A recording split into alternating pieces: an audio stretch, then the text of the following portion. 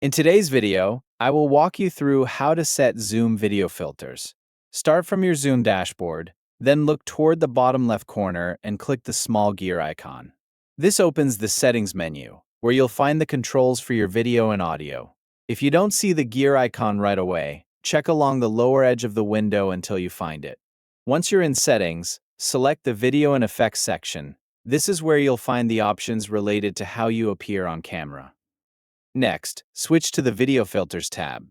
This section is separate from backgrounds and avatars, so make sure you're on the Video Filters tab before continuing. After opening the tab, you'll see a live preview of your camera along with a selection of available filters. As you click on different filters, you'll immediately see how each one looks in the preview window. Take your time and browse through the available options until you find the one you want to use. Some filters apply subtle color changes, while others add frames or different visual styles. As you preview them, watch how each filter changes the appearance of your camera feed. If you decide that you don't want to use a filter after trying one, simply select the None option to return your camera to its normal appearance. Continue clicking through the available filters until you're happy with the look shown in the preview. The preview lets you see exactly how your camera will appear once the filter is applied. When you finish choosing your filter, you can leave the settings as they are.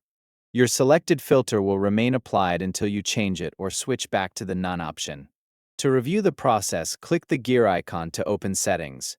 Go to Video and Effects, select the Video Filters tab, and choose the filter you want to use. If you ever want to remove it, return to the same section and select None. Thank you for watching.